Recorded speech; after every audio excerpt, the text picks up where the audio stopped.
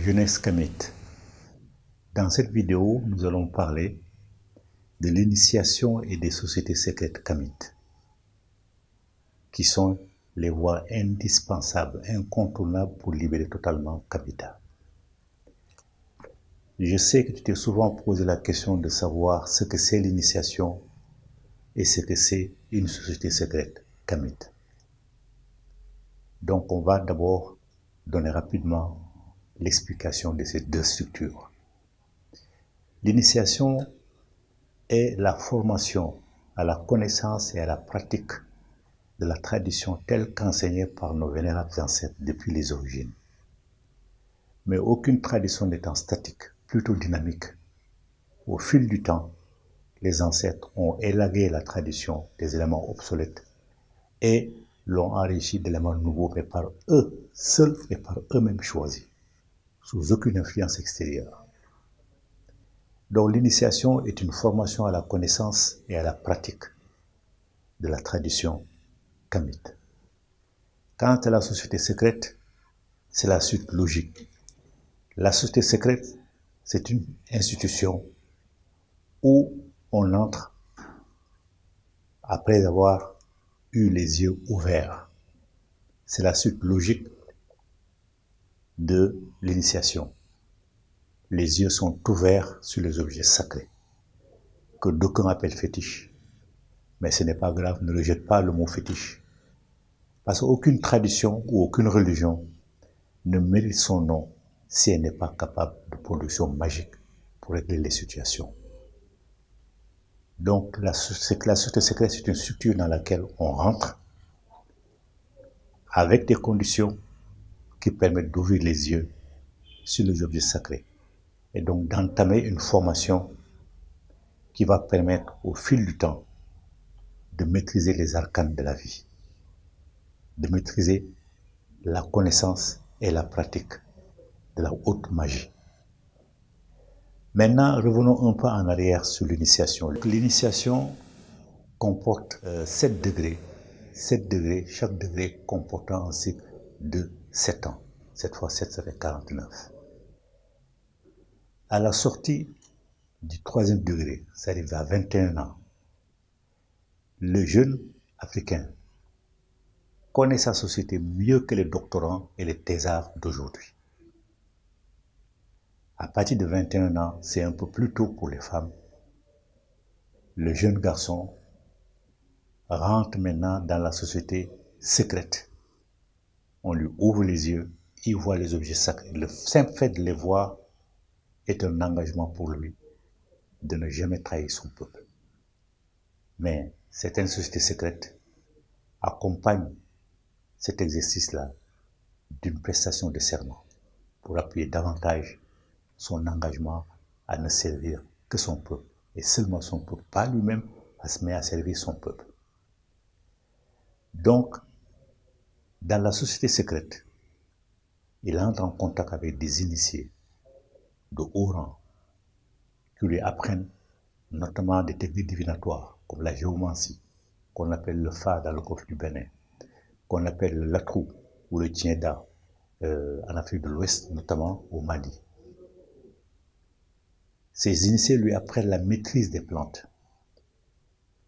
Ces initiés lui apprennent la maîtrise de la langue, de la parole. Parce que la parole est dynamique. Elle n'a rien à voir avec l'écriture qui est figée. La parole est dynamique. Aussi dynamique que l'énergie naturelle. C'est pourquoi on distingue la parole profane de la parole sacrée. La parole profane, c'est la parole de tous les jours.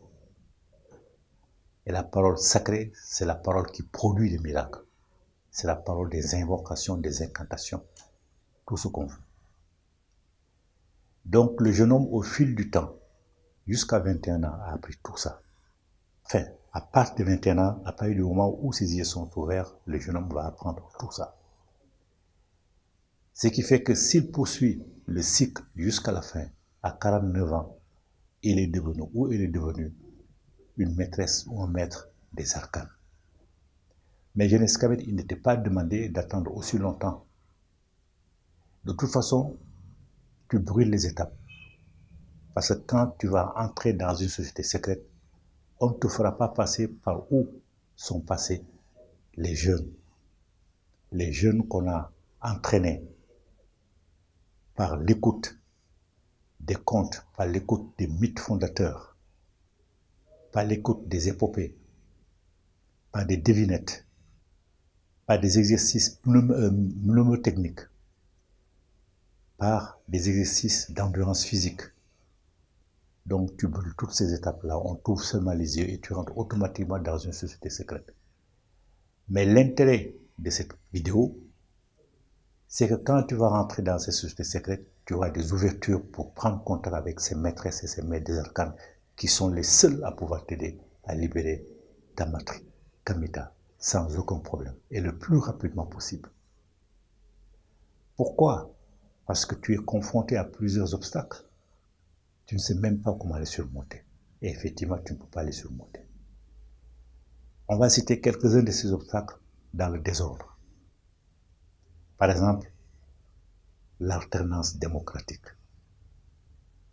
la démo-arnaque. Tu sais qu'il n'y aura jamais d'alternance dans ton pays. Jamais. Celui qui est au pouvoir, il va tout faire pour se maintenir au pouvoir.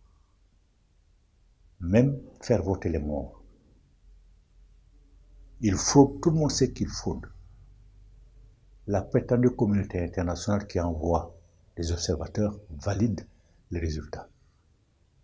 Parce que c'est le même combat. Un combat de domination dirigé par la franc-maçonnerie et par la Rose-Croix. Donc, il n'y aura jamais d'alternance. Et même s'il y a une alternance, c'est un franc-maçon qui va remplacer un autre franc-maçon. Ton problème ne sera pas résolu. Donc tu sais que cette démocratie-là, cette démo-arnaque-là, n'existe pas, ne te permettra jamais de mettre au pouvoir des femmes et des hommes, de vrais matriotes, qui vont sortir ta patrie de la situation catastrophique dans laquelle ils se trouvent. Maintenant, tu penses parfois à l'insurrection populaire et au mouvement armé. Mais tu sais que pour le mouvement armé, tu n'as personne pour t'aider à avoir les armes. Et quand bien même aurais-tu des armes, qui t'empêcherait de les faire entrer dans le pays? Quant à l'insurrection populaire, ils vont t'envoyer leurs militaires. L'armée a perdu le sens de son devoir. Le devoir de toute armée, c'est de protéger la population contre ses ennemis de l'extérieur d'abord, ensuite contre ses ennemis de l'intérieur. Il se trouve actuellement les ennemis de l'intérieur de Kamita sont plus nombreux et plus dangereux que les ennemis de l'extérieur, parce que ce sont ces ennemis de l'intérieur qui livrent Kamita à ses ennemis de l'extérieur. Donc l'armée a perdu son sens du devoir. Donc l'armée va fondre sur toi, envoyée par des généraux incapables, parce que justement, ils ont été travaillés pour trahir le peuple par la franc-maçonnerie et la Rose-Croix. Un exemple, rapidement, l'exemple du Mali. L'avant-dernier président du Mali, qui s'appelle Amadou Toumani Touré, dit ATT, qui est général 5 étoiles, qui a nommé 51 généraux en 10 ans de pouvoir. Lorsqu'en 2012, des djihadistes et des terroristes sont venus de Libye, en un rien de temps, ils ont occupé une bonne partie du territoire malien. Ces généraux ont été incapables de faire quoi que ce soit. Ce sont les femmes et les mères des soldats qui mouraient comme des mouches au front, qui sont montés au palais et l'a obligé à les recevoir. Leur interrogation a été la suivante, pathétique. Et les avions de combat qu'on voit défiler, et les chars de combat qu'on voit défiler lors des fêtes de l'indépendance, ils sont où? Pourquoi tu ne les donnes pas à nos maris, à nos enfants, pour qu'ils défendent le pays, pour qu'ils défendent leur vie? C'est à la suite de ces interrogations des femmes que des journalistes d'investigation ont révélé que ce général traître, emprunté à Kadhafi ou loué à Kadhafi, les avions de combat et les chars de combat qu'on voyait défiler. Et aussitôt après le défilé, il les renvoyait à Kadhafi. 51 généraux il a nommé. Donc on s'est rendu compte que l'armée malienne était exsangue. Elle n'avait absolument pas d'armes pour se défendre. Son successeur, lors de sa campagne électorale, a promis de libérer Kidal, qui est toujours occupée, une ville du Mali, une région du Mali qui est toujours occupée grâce à ses richesses et qui est occupée par la trahison, avec l'aide de la France. Il a promis de libérer cette région-là et de lutter contre la corruption. Aujourd'hui, la corruption a atteint une dimension jamais atteinte auparavant et qu'il allait toujours occuper. Et il a osé, ce chef d'État, il a osé dire il y a 2 ou 3 ans qu'on l'empêche d'acheter des armes pour ses militaires. Et Jeunesse Kamet, la situation du Mali n'est pas la seule. As-tu déjà vu dans un de nos pays, de nos enclos coloniaux plutôt, as-tu déjà vu dans un de nos enclos coloniaux un général ou un militaire de rang supérieur démissionner parce que le président ne donne pas suffisamment d'armes à ses militaires pour aller défendre leur vie? Jamais il démissionne. C'est la même chose que les ministres. Donc ce sont tous des francs-maçons de Rose-Croix, de Rosicruciens, qui sont là pour défendre les intérêts de l'ennemi au détriment des intérêts du pays. Voilà pourquoi les militaires ne respectent pas, ne connaissent pas leurs devoirs. Les militaires trahissent leurs devoirs. Et tu as remarqué, quand il y a un coup d'état militaire, ce ne sont jamais des officiers supérieurs. Ce sont des hommes de troupe, des caporaux, des sergents, des lieutenants, peut-être des capitaines. Donc, tu ne peux pas compter sur les militaires pour défendre tes intérêts. Maintenant, on va parler du panafricanisme. Tu penses que le panafricanisme peut te sauver. Si tu n'as pas fait de recherche, étudie l'histoire de l'OUA et l'histoire de l'Union africaine. Tu verras que l'OUA, après 30 années de pouvoir, sinon plus, 30 années d'exercice, a démontré toutes ses lacunes. L'Union africaine, qui a été érigée sur ses cendres, démontre également toutes ses lacunes. Comme tu le constates, tes sœurs, tes frères sont violés dans tous les pays arabes, ou presque. L'Union africaine ne dit rien, ne proteste pas. Simplement par l'Union africaine, comme l'OUA, elle est un amalgame de francs-maçons, de rosicruciens, de musulmans, de chrétiens. C'est-à-dire des groupes qui ont des intérêts divergents, qui ont des visions du monde divergentes, donc qui ne peuvent en aucun cas former un groupe homogène. Voilà pourquoi l'OUA a failli. Voilà pourquoi l'Union africaine a failli. Ce panafricanisme dont on te parle, c'est un panafricanisme voué à l'échec. Il ne réussira jamais rien. Il y a 4 ans, nous avons écrit un livre intitulé « Panafricanisme et spiritualité négro-africaine, l'indispensable connexion » pour montrer pourquoi ce panafricanisme, tel qu'on le présente, ne pourra jamais aboutir. Parce que ceux qui le composent ont des visions différentes. Et pire, les musulmans et les chrétiens n'accepteront jamais qu'un panafricanisme se crée, parce qu'ils savent qu'un panafricanisme authentique qui va se mettre en place va forcément organiser des cérémonies, comme cérémonie de souvenir, comme cérémonie de retrouvailles, dans lesquelles les crimes qu'ils ont commis à l'endroit de notre peuple vont être relatés afin que la jeunesse n'oublie jamais. Ils ne supporteront pas cela. Voilà pourquoi eux, musulmans, chrétiens, rosicruciens, francs-maçons, ne permettront jamais qu'un panafricanisme se crée et qu'ils fondent une fédération en Afrique. Jamais ils ne le permettront. Mais ce qui est pire, c'est que des gens de ton peuple parlent d'oubli, parlent de pardon, sans savoir que c'est une injure à l'endroit de nos ancêtres. C'est-à-dire qu'ils acceptent que nos ancêtres aient subi toutes ces humiliations, toutes ces souffrances pour rien. On va se mettre à table avec le bourreau. on va discuter avec eux de n'importe quoi. Non, ce n'est pas sérieux. Ne te laisse pas abuser par ce panafricanisme, il ne vaut rien. Il ne te conduira nulle part. S'ils avaient le courage de prendre le chemin de Marcus Garvey, qui prônait un pan-négrisme, c'est-à-dire les Africains, les Kamites du continent, les Kamites de la diaspora, ensemble, un pan-négrisme seulement de noirs, il n'y aura pas de race autre que la race noire. Et ensuite, comme lui, il était judéo-chrétien, il s'est tourné vers l'Afrique pour voir s'il pouvait s'inspirer d'une tradition africaine. Il a vu les dirigeants des enclos coloniaux se mettre à genoux à l'église, à la mosquée, etc. Donc il a choisi le christianisme. C'est comme les Mohamed Ali, les Malcolm X. Eux aussi sont retournés vers le continent, ils ont vu nos dirigeants se mettre à genoux devant les mosquées et les églises. Ils ont choisi l'islam. C'est-à-dire, leurs dirigeants africains, les dirigeants de ces anglo-coloniaux, ont toujours trahi la diaspora. Ce n'est pas le peuple sorteux qui trahissent la diaspora. Donc, toi, il faut que tu comprennes que non seulement dans le panafricanisme que tu vas construire, tu vas être un panégrisme.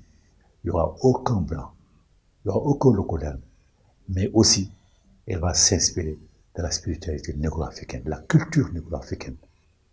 Tu dois savoir que c'est à ce seul prix que le panafricanisme peut réussir. Maintenant qu'on a fait le tour des obstacles, il faut que tu saches qu'il n'y a pas de problème sans solution. La solution se trouve dans les sociétés secrètes. On revient en arrière aux sociétés secrètes pour te montrer que c'est par ce biais-là uniquement, je dis bien uniquement, que tu peux sauver ton Kamita, ta matrice. Par ce biais uniquement. Parce que là, tu n'as pas besoin de leurs armes. Les armes qui sont fabriquées par l'énergie artificielle. Les chars de combat, les armes de combat, les fusils, c'est l'énergie artificielle. À côté de l'énergie artificielle, il y a la vraie énergie, l'énergie pure, l'énergie naturelle, qui est la mère-père primordiale. Et je te l'ai déjà dit, tu es la quintessence de la mère-père primordiale. Tu es l'énergie pure. L'énergie pure est nettement supérieure à l'énergie artificielle.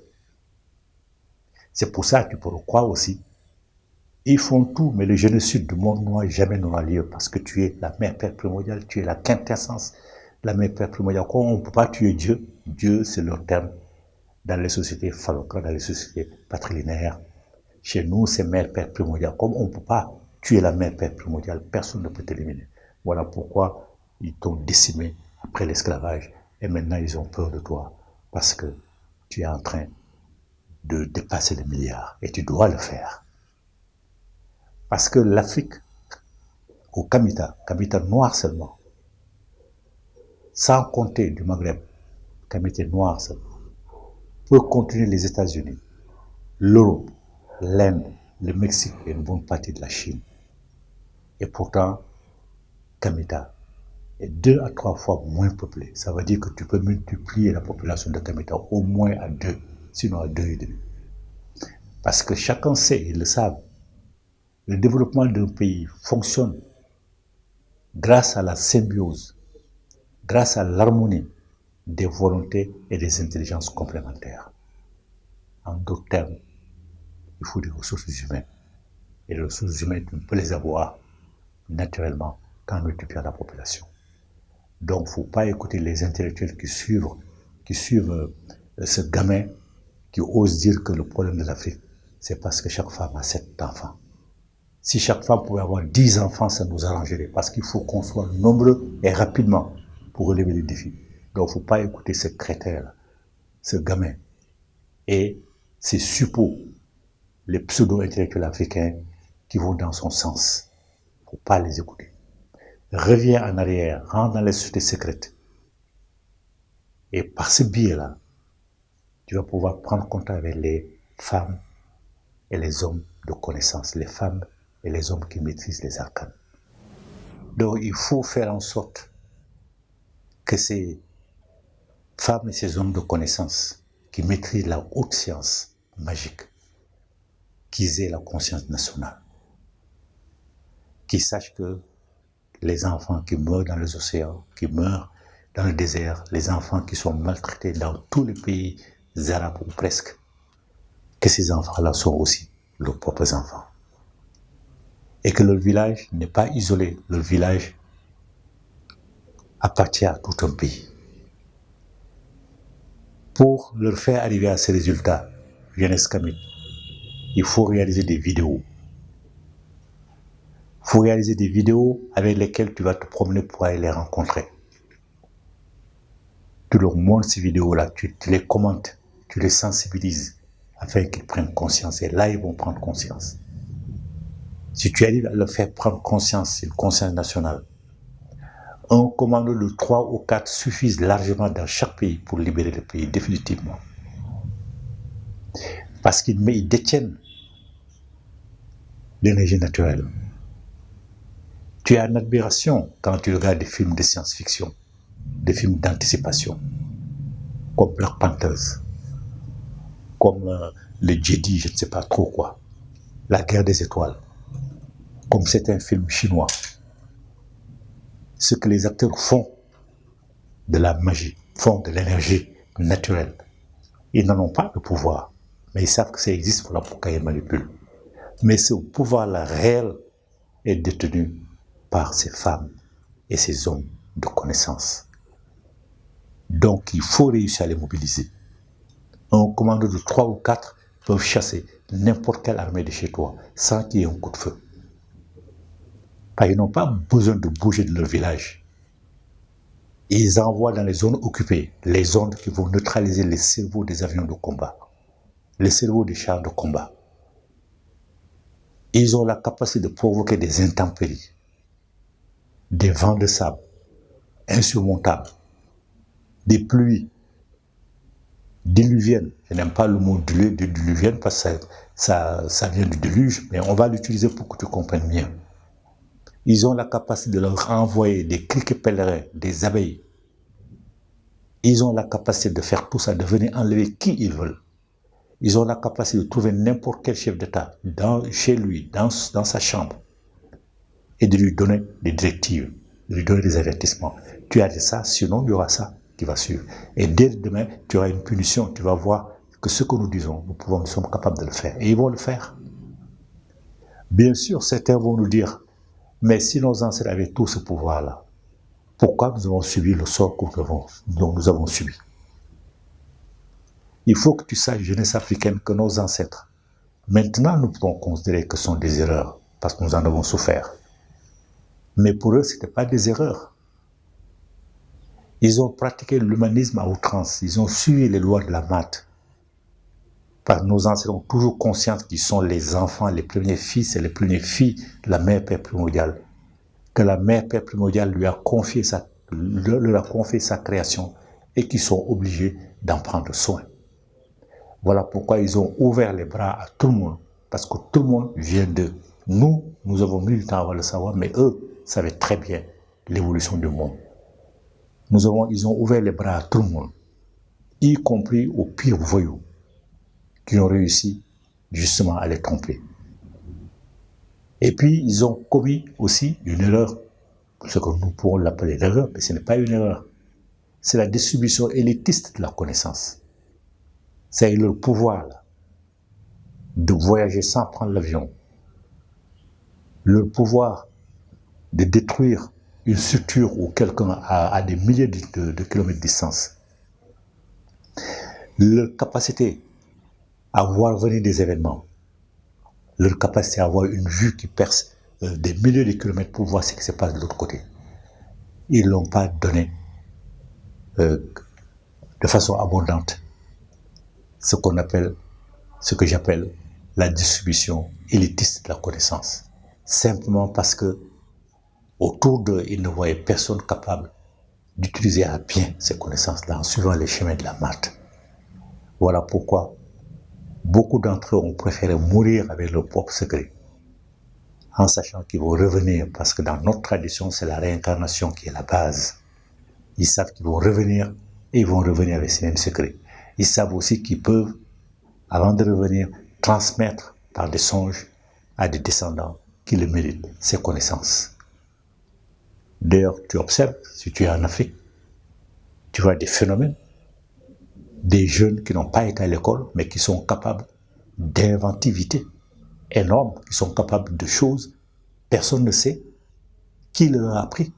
C'est parce que ce sont des jeunes qui sont revenus avec les connaissances des vies antérieures. Et il faut mettre ces jeunes-là dans les conditions nécessaires pour qu'ils puissent à terme, parce qu'effectivement à terme, il faut que nous construisions des armes de dissuasion massives, comme eux. Comme ça, les maîtresses et les maîtres des arcanes vont se reposer, ne vont intervenir que dans des cas exceptionnels. Tu n'as pas le choix, jeunesse Kamil. Tu ne peux compter que sur eux. Et pour les contacter, comme je te l'ai dit, il faut impérativement que tu rentres dans les sociétés secrètes africaines, Kamil, authentiquement Kamil, parce qu'il y a des maîtres, malheureusement, qui sont laissés corrompre, comme c'est l'argent maintenant qui corrompt tout le monde, qui sont devenus francs-maçons, donc qui ont détourné un peu la connaissance des ancêtres. Donc il faut chercher de vraies sociétés secrètes Kamil et y entrer, mais dans l'objectif, avec l'objectif de prendre contact avec ces grands initiés pour libérer Kamita. Tu n'as pas le choix. Personne d'autre ne peut faire ce travail que toi. Personne d'autre, parce que tu es jeune, tu as les jambes, tu as l'énergie encore nécessaire et tu as la volonté de contribuer à libérer Kamita. Donc tu n'as pas le choix. Il ne faut pas laisser Kamita entre les mains de ces gouverneurs des enclos coloniaux, ces poussières d'État qui ne réussiront jamais à imposer quoi que ce soit au monde, encore moins au monde occidental. Donc il faut te prendre en charge. Tu es seul à pouvoir réussir à redonner à ta Kamita son pouvoir d'antan et à la réinstaller à la place qu'elle n'aurait jamais dû quitter. En attendant, rends hommage à Sekhmet. Sekhmet, c'est notre déesse protectrice. C'est notre déesse mère qui nous accompagne. Si les choses commencent à évoluer, si la prise de conscience commence à être de plus en plus grande et elle sera irréversible, c'est aussi grâce à Sekhmet qui est en train de jouer son rôle. Parce qu'on est en train de lui donner suffisamment d'énergie pour qu'elle puisse jouer le rôle qu'elle a toujours joué auprès d'Amon. C'est-à-dire défendre sa création. Elle nous défend, elle est avec nous. Il faut que nous lui envoyions régulièrement de l'énergie. N'oublie pas que c'est une femme, son chiffre c'est 4. Donc au minimum 4 fois, chaque fois que tu le peux. Sinon 7 fois, sinon 11 fois, sinon autant de fois que tu veux. Ce sont les seules incantations adressées à Sekhmet qui peuvent déborder. Sinon, un numéro de téléphone, si tu débordes, il ne répondra jamais. Si tu n'atteins pas, il ne répond pas. Mais c'est le seul numéro il faut au moins arriver au nombre 4. Ensuite, tu débordes autant de fois que tu veux, le numéro de téléphone passe. Sekhmet le reçoit et tu contribues à renforcer son énergie. Si tu es artiste musicien, nous t'invitons à produire de belles œuvres qui vont être répétées par des millions de voix qui vont lui amener autant d'énergie que nécessaire pour qu'elle puisse contribuer plus efficacement encore à la libération de la création que la mère Père primordiale, Sali Amon, lui a confiée. Merci de m'avoir écouté. Vie, santé, force.